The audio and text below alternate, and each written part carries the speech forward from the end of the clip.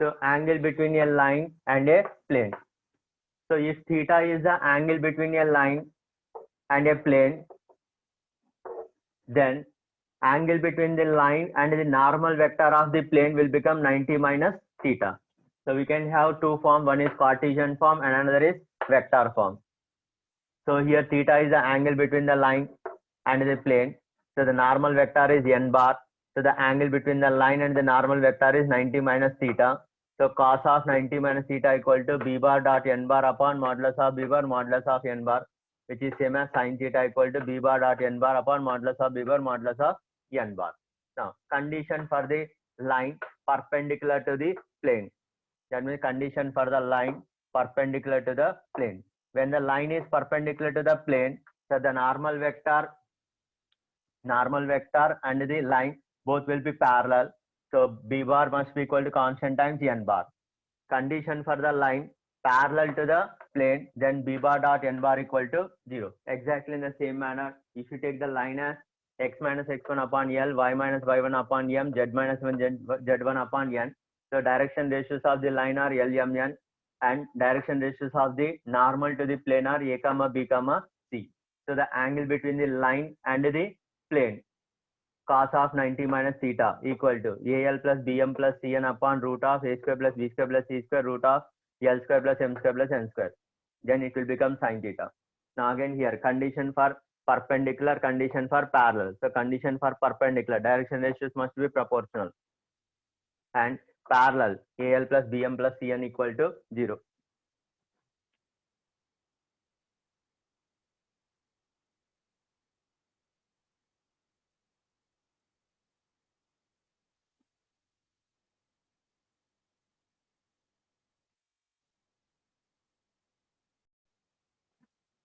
So bisector plane concept, that is how to calculate angle bisector plane for given two planes. So if I consider the equations of the planes as a1x plus b1y plus c1z plus d1 equal 0 and a2x plus b2y plus c2z plus d2 equal to 0.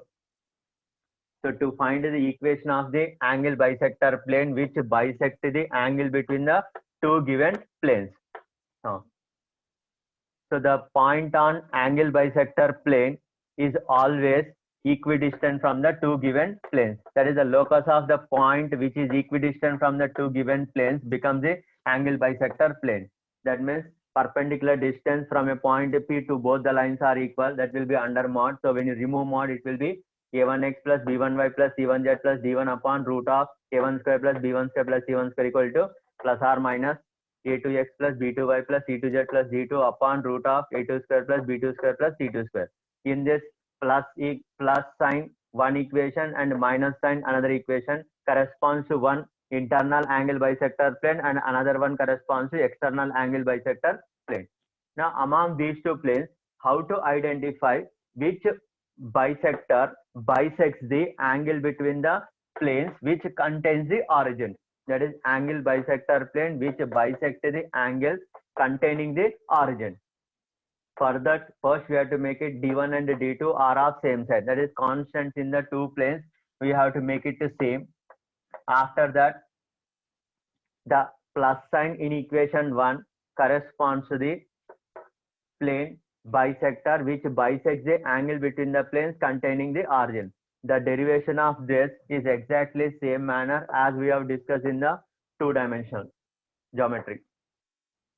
Next, another concept is acute or obtuse angle bisector plane. So in that one method is first make it d1 and d2 are of same sign. After that calculate a1 a2 plus b1 b2 plus c1 c2. If this turns out as greater than 0, then the plus sign in equation 1 corresponds to obtuse angle bisector plane. Suppose if that sum of the products a1 a2 plus b1 b2 plus c1 c2 is less than 0, then the minus sign in equation 1 corresponds to obtuse angle bisector plane. That is always whatever the sign of a1 a2 plus b1 b2 plus c1 c2, that sign you take in the equation 1 and that always represents obtuse angle bisector plane. But you have to calculate this after making d1 and d2 are of same sign. Now another method for acute or obtuse angle bisector plane is if theta is the angle between one of the given plane and one of the bisector plane in the equation 1, and modulus of tan theta is less than 1, then the bisector plane which is used in the equation 1 corresponds to the acute angle bisector plane. One more method. Take any point on one of the given plane and calculate the perpendicular distances to the bisector planes in the equation 1. The length which is smaller, the corresponding bisector plane in equation 1 represents the acute angle bisector plane.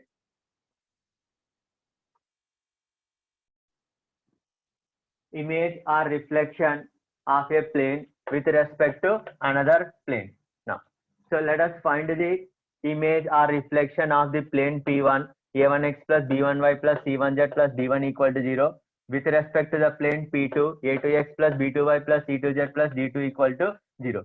So using the family of planes concept, we can derive the image or reflection of the plane P1 with respect to plane P2 as A1x plus B1y plus C1z plus D1 minus of A1 A2 plus B1 B2 plus C1 C2 upon A2 square plus B2 square plus C2 square into A2x plus B2y plus C2z plus D2 equal to 0.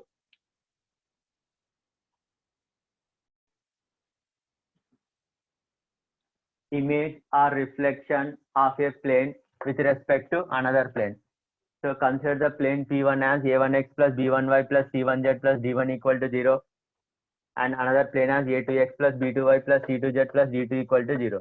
So we need to find image or reflection of the plane P1 with respect to the plane P2. Now, so that in the figure represents this plane. That means using the family of planes concept, we can calculate the image or reflection of plane P1 with respect to plane P2. That you can derive it as A1x plus B1y plus C1z plus D1 minus 2 times of A1 A2 plus B1 B2 plus C1 C2 upon A2 square plus B2 square plus C2 square into A2x plus B2y plus C2z plus D2 equal to 0. Now, so because this image or reflection is the plane which is passing through the intersection of P1 and P2, we can write that equation as P1 plus lambda P2 equal to 0. So when you regroup it, the equation is this. Now if I take a point Q alpha beta gamma in the plane P2 which is equidistant from the plane P1 and the plane P1 plus lambda P2 equal to 0. Also Q lies on the plane P2, so A2 alpha plus B2 beta plus C2 gamma plus D2 equal to 0 and equate the perpendicular distance from Q to both the planes.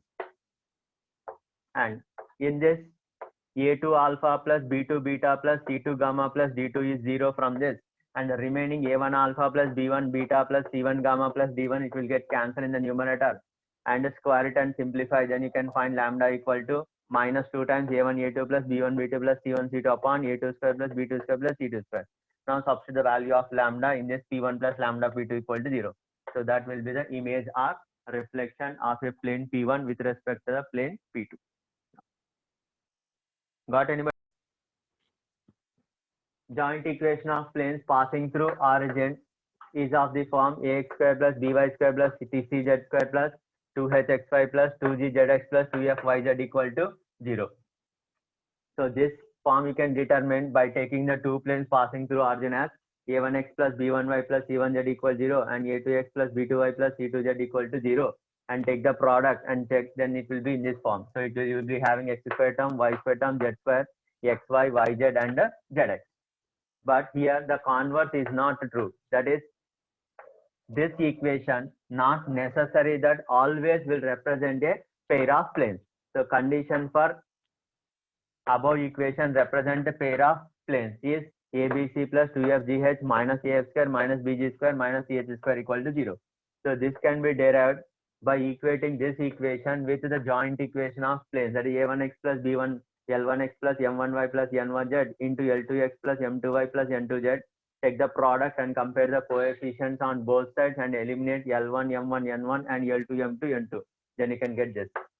So if theta is the angle between the planes represented by the equation 1, then you can derive it as tan theta equal to 2 root of h square plus g square plus f square minus ab minus bc minus c upon a plus b plus c. So to derive this, use tan theta as sin theta upon cos theta and calculate sin theta and cos theta by taking the planes L1x plus M1y plus N1z equal 0 and L2x plus M2y plus N2z equal to 0 and compare the coefficients and then eliminate L1, M1, N1, L2, M2, N2, and then you can derive this formula. So angle between the line and a plane. So the line is r bar equal to I plus 2j minus k plus lambda times I minus j plus k, and the plane is r bar dot 2I minus j plus k equal to 4. So this is in the form of a bar plus lambda b bar. This is r bar dot n bar equal to d. So sine theta equal to b bar dot n bar upon modulus of b bar modulus of n bar. So theta equal to sine inverse of 2 root 2 upon 3. So the next concept is condition for coplanarity of two lines and equation of the plane containing them. Now, let the two lines in vector form and Cartesian form as r bar equal to a1 bar plus lambda b1 bar, r bar equal to a2 bar plus mu b2 bar, and in the Cartesian form is this. Now, the specific point on the line 1 is a1 bar, specific point on the line 2 as b, position vector is a2 bar. In terms of coordinates x1, y1, z1, x2, y2, z2. Now b1 bar and b2 bar is along the plane. So their cross product will be perpendicular to the plane. So that is normal vector of the plane becomes b1 bar cross b2 bar. Now if I join AB, AB will be perpendicular to the normal vector. So AB bar dot n bar equal to 0, which is the condition for coplanarity of two lines. That is a2 bar minus a1 bar dot b1 bar cross b2 bar equal to 0. So if you expand, then you can write in terms of scalar triple product form. And the equation of the plane containing them. So equation of the plane containing the two lines. One form is r bar minus a1 bar dot b1 bar cross b2 bar equal 0, or r bar minus a2 bar dot b1 bar cross b2 bar equal to 0.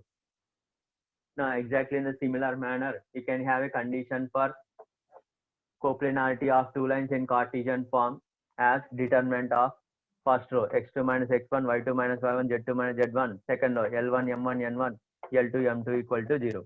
Next, equation of the plane containing them. Determinant form x minus x1, y minus y1, z minus z1, L1, M1, N1, L2, M2, N2 equal 0. Or instead of x1, y1, z1, even we can use x2, y2, z2 also.